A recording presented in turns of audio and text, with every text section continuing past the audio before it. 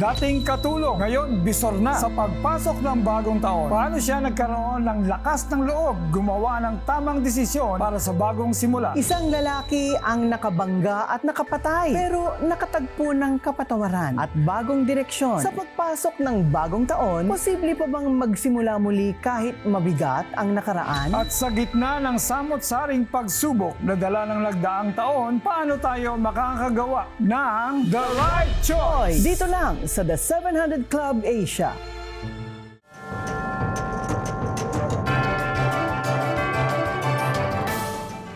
Huwag mo akong hawakan. Sinabi nang lumayas ka na eh. Hindi kita kailangan dito, wala kang kwentang anak. Kung hindi dahil sa'yo, hindi namatay ang tatay at kapatid mo. Matinding pagkamuhi ng ina ang kinalakihan ni Fe. Walang lugar sa pagkakamali at tila bawat kilos at galaw niya ay nakamasid ang ina. Yung physical abuse, kapag pinapalo niya ako nung time na yun, yung malalaking bamboo slat, pag pinalo niya yun sa balat, magkabila ay may dugo. Namatay yung tatay ko, birthday ko, kaya hindi talaga ako nagse-celebrate ng birthday. Gusto ko na rin mamatay kasi gusto niya mamatay na ako. Para matakasan ni Fe ang tila impyernong buhay sa piling ng ina, ay sumama siya sa lalaki na sa tingin niya ang magsasalba sa kanyang kalagayan. Naging mabilis ang mga pangyayari dahil kinabukasan, nagsama na sila ng lalaki. Ngunit sa pag-aakalang giginhawa ang buhay, mas lalong nawala ng kumpiyansa sa sarili si Fe dahil sa panlulokong ginagawa ng kanyang mister. Umpisa kami, hindi na maayos kasi wala namang love na masasabi. Sa panahon ng buntis ako sa bunso ko, hindi ko makakalimutan, nagtanan siya ng iba, parang torture. Sa isip na, alam mo may asawa ka, pero hindi naman umuuwi. Ang dami kong stages ng suicidal attempt. Gusto ko nang patayin, pati nasa tiyan ko. Tiniis ni Fe ang masamang pag-uugali ng asawa at sa bawat taon, lalong lumalala ang kanilang pagsasama. Yung mga una, napapatawad ko. Para sa akin, malakas yung essence ng 70 times 7, ng essence ng forgiveness. Hanggang sa hindi ko na mabilang sa kamay ko kung ilan na yung naging karelasyon niya habang kami ay mag-asawa. Ang baba ng tingin ko sa sarili ko. Wala kang ganda, kasi pinagpapalit ka kung kani-kanino. Feeling mo kahit na anong marating mo, mababa ka pa rin kasi ito ngang yung asawa mo, hindi ganun yung pagpapahalaga sa'yo. Makalipas ang 25 taong pagtitiis, bumitaw na si Fe sa relasyon. Ang pakikipaghiwalay ay nagdulot ng matinding depresyon. Kung susukatin ng luha ko sa gabi, grabe. Dumaan ako sa point na pati mga anak ko gusto ko nang lasudin. Sabi ko, anak, gusto ko mabalik yung respeto ko sa sarili ko. Hindi ko binanggit yung term na hiwalay. Gusto kong hayaan si papa mo sa gusto niyang buhay muna. Baka sakaling mag-grow up. Ang malalim na pagtitiwala sa Panginoon ang siyang naging sandigan ni Fe para magpatuloy sa buhay. Na-appreciate ko ang Panginoon sa ginawa niya sa life ko. Kasi through dun sa mga struggles na yon, ginawa niyang buo yung kwento ng buhay ko. Natutunan kong magtiwala talaga sa Panginoon. Para masustentuhan ang pangangailangan ng anak, ay nagtrabaho si Fe bilang all-around helper sa Rehoboth Children's Home, isang orphanage. At dahil sa ipinakitang kasipagan at kahusayan sa trabaho, ay pinag-aral siya ng kanyang amo ng social work. Ito pala ang unang hakbang para sa mas magandang planong naghihintay kay Fe. 1 Corinthians chapter 1 verse 29 to 30. Sabi doon, I am choosing the foolish things of this world to confound the wise, so that no one should boast. Wala akong kakayanan, wala akong kaalaman, pero naniniwala ako na kapag tinawag pala tayo ng Panginoon sa isang ministry, siya yung magsusupply ng wisdom, siya yung mag-i-equip sa'yo. Nang matapos ni Fe ang kursong social work, ay agaran siyang na-promote bilang administrator sa Rehoboth. Nagbukas din ang mga pintuan para siya'y makapagbiyahe sa iba't ibang bansa. At sa tulong ng amo ay ipinagpatayo rin siya ng bahay na malapit mismo sa orphanage. Nakita ko pala na napaka-faithful pala ng Panginoon. Kasi kahit na sobrang hirap yung naranasan ko sa married life ko, Yung mga anak ko, lumaki sila na may takot sa Diyos. Anumang hindi pagkakaunawaan sa asawa ay isinantabi ni Fe para sa kapakanan ng mga anak. Alinsabay nito ang pag-aayos niya ng relasyon sa ina. Nang magkasakit ito ng cancer, ay siya mismo ang nag-alaga hanggang sa huling sandali. Napatawad ko siya para sa akin. Nagpapasalamat pa ako sa Panginoon na ganun yung behavior niya. Kasi kung hindi ganun yung behavior niya, hindi ako ngayon ganito eh. Hindi ako ganito ngayon ka-strong mag-desisyon. Hindi ako ganito katatag bilang babae. Sa ngayon ay 24 na bata ang tinutulungan at inaaruga ni Fe sa Rehoboth Orphanage. Materially speaking, wala akong success. Successful dahil nakikita ko may mga buhay na maliliit na tao na unti-unti binabago ang buhay ng Panginoon dahil sa Rehoboth Children's Home. Hanggang ginagamit pa ako ng Panginoon sa organization. Hindi ako titigil na mag-alaga ng mga bata at magpalaki ng mga bata. Ano man yung mga nagiging experience natin, di ba pare, naiimpluwensyahan nun yung ating mga nagiging desisyon sa buhay. Di ba? Yung mga choice na ginagawa natin. Kasi para bang binabase natin yung ating kakayanan, maging yung ating identity kung minsan, base doon sa paano tayo tinrato, anong tingin sa atin ng mga magulang natin o ng ibang tao. At doon tayo nagbabase ng ating desisyon. Pero alam naman natin na kung minsan, lalo lang tayong papariwara, lalo lang tayong napapahamak. Besides, ang identity natin hindi dapat nakabase doon sa kung paano ang tingin sa atin o ano yung tawag sa atin ng mga ibang tao, di ba? Well, ang masasabi ko lang talaga dyan ay hindi mo mahusga ng buhay ng tao habang buhay pa siya eh. Di ba? Kasi yung end, mas importante yun kaysa sa beginning. Kasi yung beginning, yung mga mahihirap na yugto, baitang lang yun eh. Tungo sa tagumpay. Tungo sa matagumpay na buhay kay Lord. I think, every experience we have, is important also in our growth, no? Lalo na kung hindi natin hahayaan ito na magtulak sa atin sa masamang sitwasyon or gumawa ng masama, kung ito ay magsisilbing leksyon para sa atin, para sa ating ikabubuti at sa ating making better choices in life. Dahil malalaman natin kung ano yung mali at kung ano yung tama dahil na rin siguro dun sa ating mga naging experience. Alam po ninyo, kung minsan yung painful experiences natin from the past really affect the choices that we make today. Gaya nung kay Fe, yung neglect na naranasan niya growing up pushed her toward decisions she didn't want to make. Pero ang ganda ng bagong simula when she accepted Jesus. Nagkaroon siya ng direksyon, healing, at purpose. God led her step by step. Tama ka dyan, Kata. At ngayong bagong taon, napakahalaga nitong paalaala mula sa Proverbs chapter 12, verse 15. The way of fools seems right to them, but the wise listens to advice. Sa bagong taon, piliin nating makinig sa payo ng Diyos. And if you feel na yung past decisions mo ay parang nagdala sa'yo sa maling landas, this new year is the perfect time to make the right choice. It all starts kapag sinuko mo ang buhay mo kay Jesucristo. Dahil nasa Kanya ang magandang plano para sa ating buhay at siya rin ang gagabay sa inyo. Tayo po'y manalangin. Panginoong Diyos, ang hirap po ng aking buhay. Parang ako'y parati na lamang talunan. Tila walang nagmamahal sa akin. Parati na lang akong napagsasamantalahan o nauunahan. Diyos ko, tulungan po ninyo ako sa kalagayan kong ito. Alam ko pong hindi ko kakayaning mag-isa at kayo lamang po ang makatutulong sa akin. Tulungan po ninyo ako na magbagong buhay.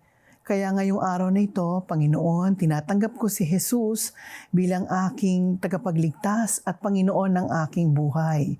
Kayo po ang magturo sa akin. Kayo po ang magsabi sa akin kung ano po yung mga dapat kong piliin, yung mga dapat kong gawing desisyon para po sa ikabubuti ko, sa ikabubuti po ng aking pamilya, at ikabubuti rin po ng aking hanap buhay. Tulungan mo ako, Jesus, sa araw-araw na ako ay gagawa ng tama. Nasa iyo ang aking buong pag-asa at pagtitiwala. Maraming salamat po, Jesus. Sa ngalan ninyo, itong aking panalangin. Amen. Kung gusto mo pang makilala si Jesus, tumawag ka lang o mag-chat. Nandito kami para tulungan kang magsimula ng tama ngayong bagong taon.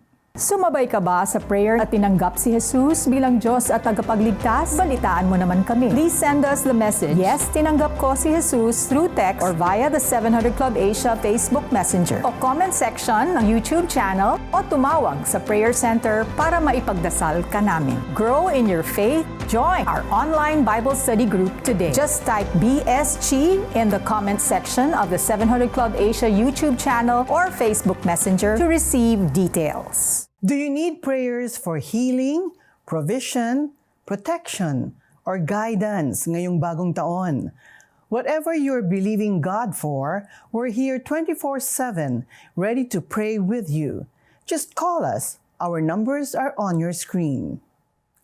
At kung nais mong lumalim sa iyong pananampalataya ngayong bagong taon, gawing daily habit ang Bible reading. Meron tayong Taglish Daily Devotional na tanglaw. Merong app, audio version, at available sa Spotify at Apple Podcast. If you've been blessed by our ministry at gusto mong maging partner this coming year, watch this video to learn how you can help bless more people. Health is wealth. Unlock the secrets to a healthy body, mind, and soul habang tinutulungan din ang mga batang magkaroon ng maayos na kalusugan, edukasyon, at good values.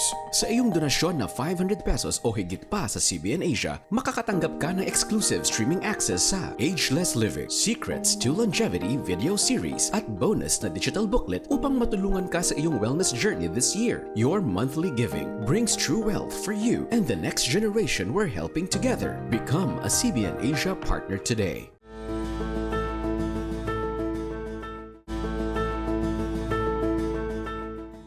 Sa murang edad ay puno ng pangarap sa buhay si Jojo. Dahil mga guro ang kanyang magulang, nakintal sa kanyang isipan ang kahalagahan ng edukasyon bilang susi ng pag-unlad sa buhay. I have lived a very, very peaceful life. At palaging merong pangaral ang nanay at tatay ko na. Ibang palaging marami siyang motivation palagi sa kanilang mga anak. I've always aspired to become the best student that I could ever be. Kasi alam ko ito yung isa sa mga bagay na nakakapagpasaya sa buhay ng mga magulang ko. Dahil isang probinsyano, naging mahirap para kay Jojo na makibagay sa ibang mga estudyante sa universidad sa Maynila. Subalit nagsimulang magbago ang takbo ng kanyang buhay estudyante nang mahanap niya ang suporta sa isang fraternity.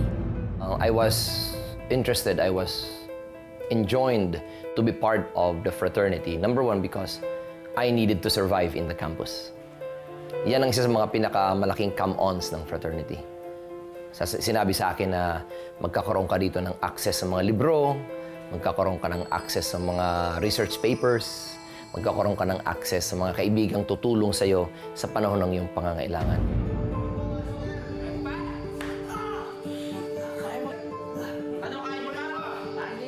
Ako mismo nabugbog, dumaan sa napakahabang initiation process na akala ko ay hindi ko na masusurvive. Ngunit ang samahan na sana ay susuporta sa kanyang mga pangarap ay siya rin ang naging dahilan ng unti-unting pagkaguho ng kanyang buhay. Unti-unting niyakap ni Jojo ang karahasang dala ng kapatiran. I was brought up by my parents never to be violent. But when I became part of the system, yung dating peaceful man that I was, naglaho yun, kinain ako ng sistema.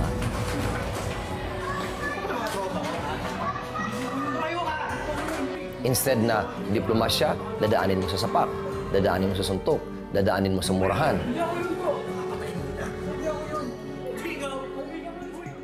Supposedly, gagraduate ako noong 1991. Pero hindi ko natapos ang thesis ko because at the time, sunod-sunod ang rumble ng aming fraternity. So, I had to start lying to my parents. So, na-trace ako ng nanay ko, na-trace ako doon sa headquarters namin kung saan kami nagtatago. Doon ko kauna-unahang nakita umiyak ng nanay ko. At sabi ng nanay ko, "Nak, anong ginagawa mo sa buhay?" Pero matigas pa rin ako. Pero in my heart, parang dinurog na yung puso ko na ito yung nanay ko, nagpapakahirap, nagpapakakuba, nagkakanta-kuba na sa probinsya para padala ko ng pera. So I was already in the upswing in my business and corporate life. And I thought I had it good. But all of this happened, all of this changed. Isang gabing ako'y naka-aksidente sa EDSA. Sir, okay lang ba? Sir, pasensya na. Namatay yung taong aking nabangga.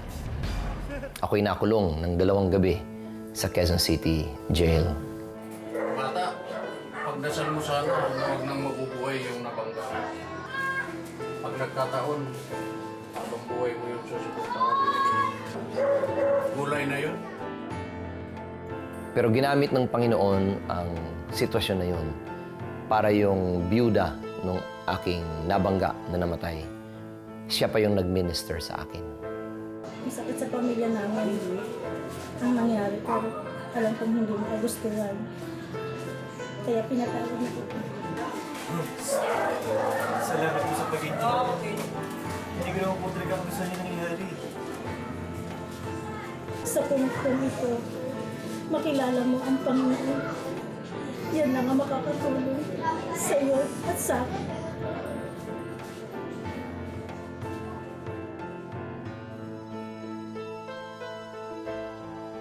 Naging mahaba at matagal na proseso ang pagbabago ni Jojo. Subalit isang araw ay natagpuan na lang niya ang kanyang sarili na isinusuko ang kanyang buhay sa Panginoon. Mula noon ay lumago siya sa kanyang pananampalataya hanggang maging isang full-time pastor. Nung ako'y nagsisimula sa aking ministry, ang number 1 fear ko was, paano ko mapoprovide ng aking family? Sanay ako na bilang negosyante, bilang corporate person, diktado ko ang sweldong tatanggapin ko. Nakakapag-bargain ako kung magkano ang aking asking price tuwing ako'y nagtitrain. Really, it was a walk of faith. I had to decide at the time na yes, Lord, sige, kung yan ang salita mo. Subalit muling sinubok ang katatagan at pananampalataya ni Jojo nang madiagnose ang kanyang asawa na si Bing ng breast cancer noong 2013. Mastectomy. She went through mastectomy. And after mastectomy, she went through all the necessary protocols of cancer treatment, chemotherapy, all of those, hormone therapy. I even brought her to alternative treatment. And she beat the cancer. Praise God. And I started preaching to the church and to the body of Christ na talagang si Lord ang nagpapagaling sa ating mga karamdaman sa ating katawan. Only to be shocked and, kung sasabihin ko, to be disappointed na after more than a year, nagbalik ang cancer at ngayon mas matindi pa. Ang tinamaan na yung kanyang atay, stage 4. Sa words ng mga doktor, incurable. 2 weeks after I brought her home, galing sa China, ay siya ay inuwi na ng Diyos sa kanyang eternal abode. For her, it was rest. And I'm sure she is now resting in peace in heaven. But for me, it was the beginning of the most painful experience I ever faced in my whole life. So doon ko naranasan ang reality ng depression, ang reality ng suicidal thoughts, na paano kaya kung tapusin ko na ang buhay nito para hindi ko na maranasan yung sakit na aking dinaranas. And yet, in the darkest time of my life, that word came back to me na sobrang presko, sobrang fresh ang dating sa akin. God says, I know the plans I have for you. Meron palang plano ang Diyos na hindi ko nakita kailanman sa buong buhay ko. That in the midst of that grieving, I really heard it in my heart. To text somebody, to keep in touch with somebody, isang kaibigang babae na hindi ko na nakausap for the longest time. Pero ang babaeng to ay kaibigan kong matalik mula nung ako'y bata pa sa Samar. Ang sa aming pagte-text, bumalik na panariwa ang aming pagiging magkaibigan. Hindi romantic at first. Para kaming dating magkaibigan na hindi maampat at hindi matigil-tigil ang pagkakwentuhan. She even helped me process my own grief. She would always tell me, just cry it out, iiyak mo lang yan, Bing deserves your tears. At nung magkita kami, ano ang tsansang at our age, siya ay single and unattached. Malaya ang kanyang puso. At ngayong single na uli ako, I think that was the Holy Spirit whispering to me and to her na inihahanda niya kami sa susunod na stage ng buhay namin. Sabi niya, ito lang Rose ha, I have a question for you. Sabi niya, ito hindi to yung Jonathan na nanliligaw sa'yo. Ito yung Jojo na best friend mo.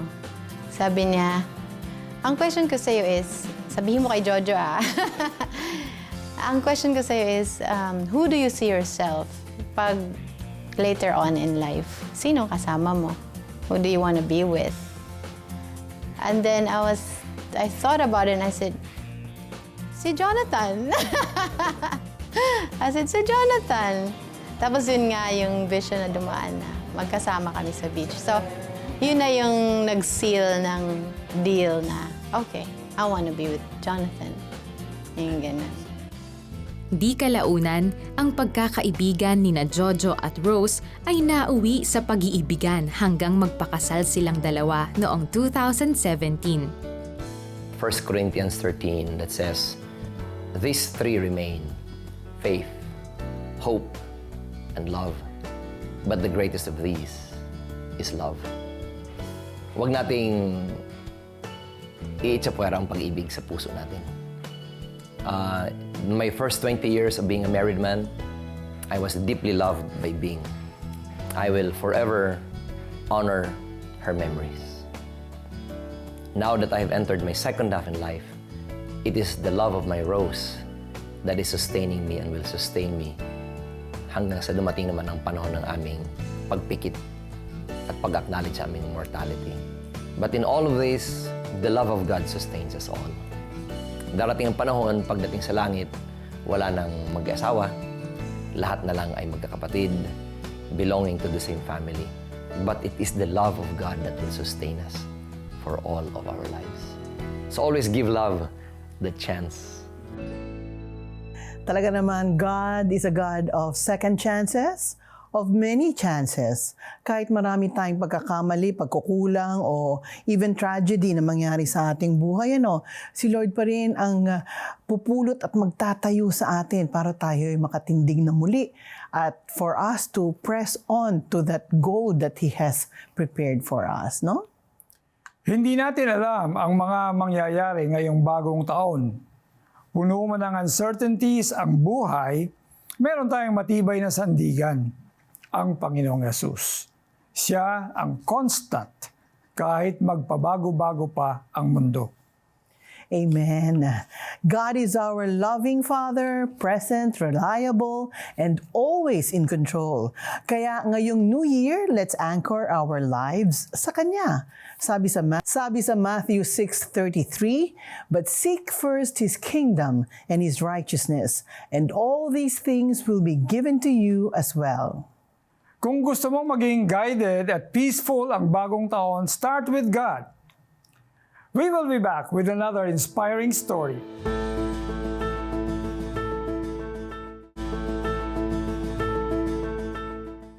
Dream come true para kay Jonathan at Pia ang maikasal noong 2012. At tulad ng karaniwang mag-asawa, laman din ng kanilang panalangin na magkaroon ng supling.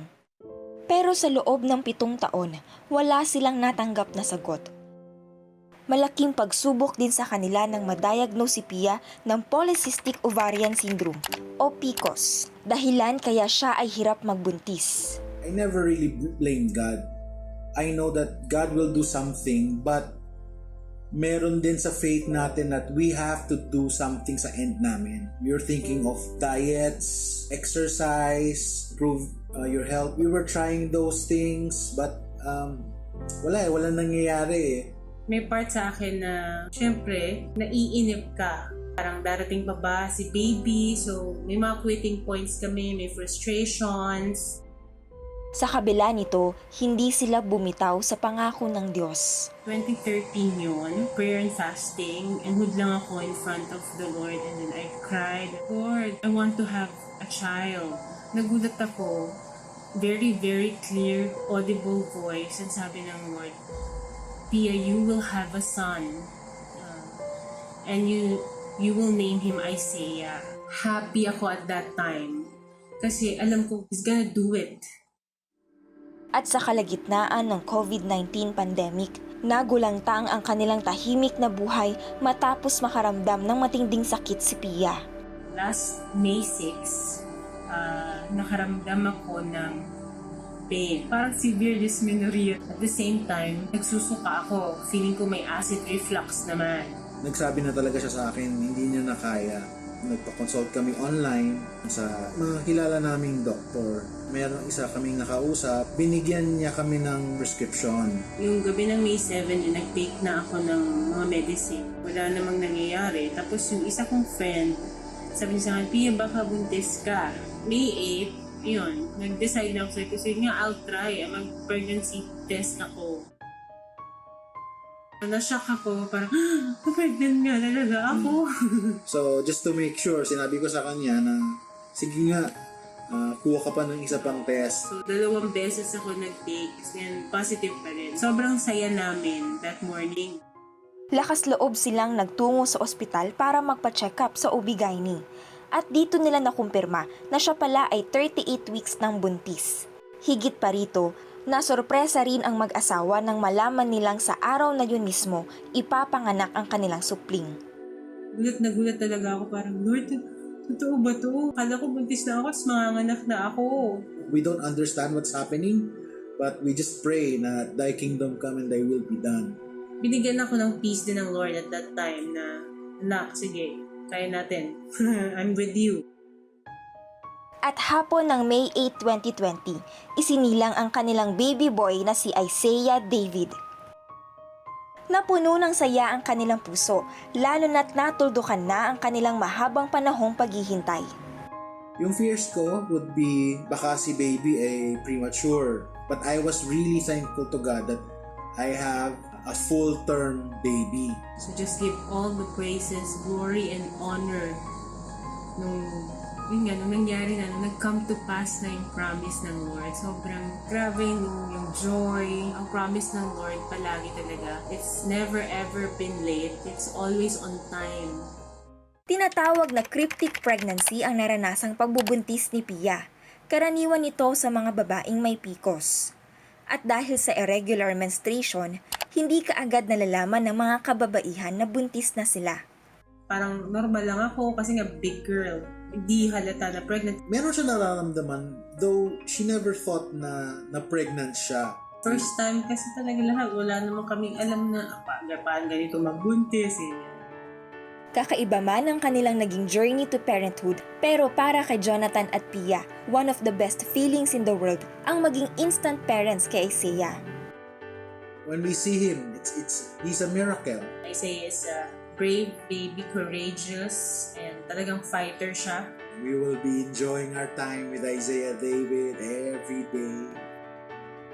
Ang pagdating ng kanilang miracle baby ay patunay lamang daw ng katapatan ng Diyos sa kanilang pamilya. God gives you something better, way beyond kung anong ine-expect mo. You'll just be amazed on how God will answer your prayers. As long as yung heart mo is ready to let God come in your life and just let Him work inside your life. And doon mangyayari yung miracle. Imagine that, Jonathan and Pia waited 7 years for their miracle. And as we enter this new year, their story reminds us, never give up on God's timing. His plans are always perfect. Kaya ngayong bagong taon, piliin nating magtiwala sa Diyos. Sabi sa James 1:5, "If any of you lacks wisdom, you should ask God, and it will be given to you." Kung kailangan mo ng direction at clarity, hingin mo kay Jesus. Before we end, let's do a push for the new year. Pray until something happens.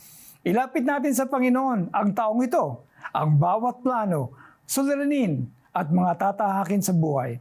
Let's pray. Amang Banal, salamat po sa bagong taon. Salamat sa bagong pagkakataon. Salamat, Panginoon, sapagkat binigyan mo kami ng moment na pwede po naming kalimutan ang nakaraan, Lord, at buksan ang pintuan ng aming buhay para sa isang bagong yugto, Lord God, nang walang takot, sapagkat alam namin, Ikaw rin po ang magdadala sa amin. Salamat po, Panginoon, sapagkat nandyan ang iyong gabay, ang iyong pag-iingat, at higit sa lahat, Panginoon, maging ang iyong provision.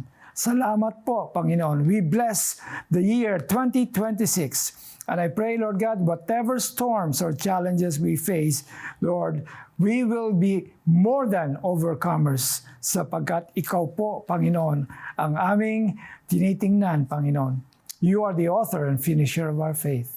In Jesus' name. Amen. And God, you are a God of miracles. There are many people who are waiting for their miracle this coming year. You're the same yesterday, today, and tomorrow. You're already in our 2026. So thank you, Father God, for the miracles that are coming our way. And for all of you, thank you for joining us. Start your year with faith and hope. Kita-kits again next week for another inspiring episode. God bless you this year and always. Bye.